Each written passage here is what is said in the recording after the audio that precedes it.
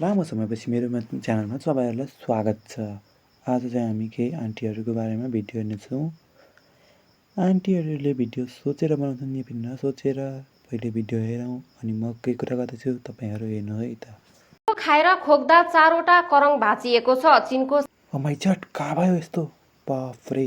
चीनको साङ्घाईमा बस्ने हुवाङ नामकी महिलालाई पिरो तथा मसालेदार खाना खाँदा खोकी सुरु भयो। उनको खोकी यति चर्को थियो कि करङका 4वटा हड्डी नै भाँचिए। पिरो खाएर खोक्दाखेरि यस्तै हुने रहेछ। अब चाहिँ के पिरो चाहिँ खान हुँदैन रहेछ।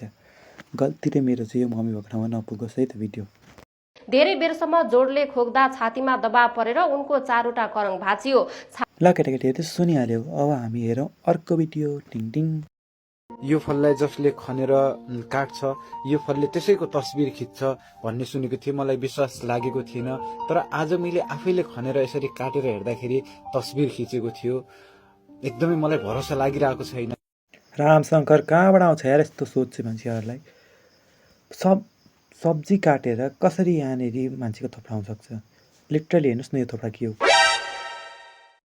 अब हेरौँ यो लास्ट भिडियो, त्यसपछि हामी इन्ड गर्दैछौँ। साथीहरू, मार्केटमा त टमाटरको भाउ एकदमै बढ्यो भने चाहिँ यो ट्रिक अपनाउनुहोस् होला होइन। रोटी बेलेर चाहिँ एउटा टमाटर हालिदिनुहोस्, त्यहाँदेखि तावामा मजाले पकाइदिनुहोस्। पकाएपछि चाहिँ काटेर हेर्नुहोस् त त्योभित्र कति टमाटर हुँदो रहेछ। यो ट्रिक म पनि अपनाउनु छ, हजुरहरू पनि अपनाउनुहोस् होला। होइन टमाटरको बोट हो कि के हो?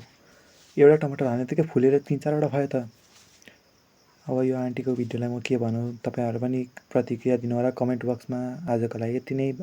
सब्सक्राइब गर्नु होला, च्यानलमा नयाँ हुनुहुन्छ भने सब्सक्राइब गर्नु होला। आजको लागि यति नै। Bye bye guys, see you soon. Subscribe.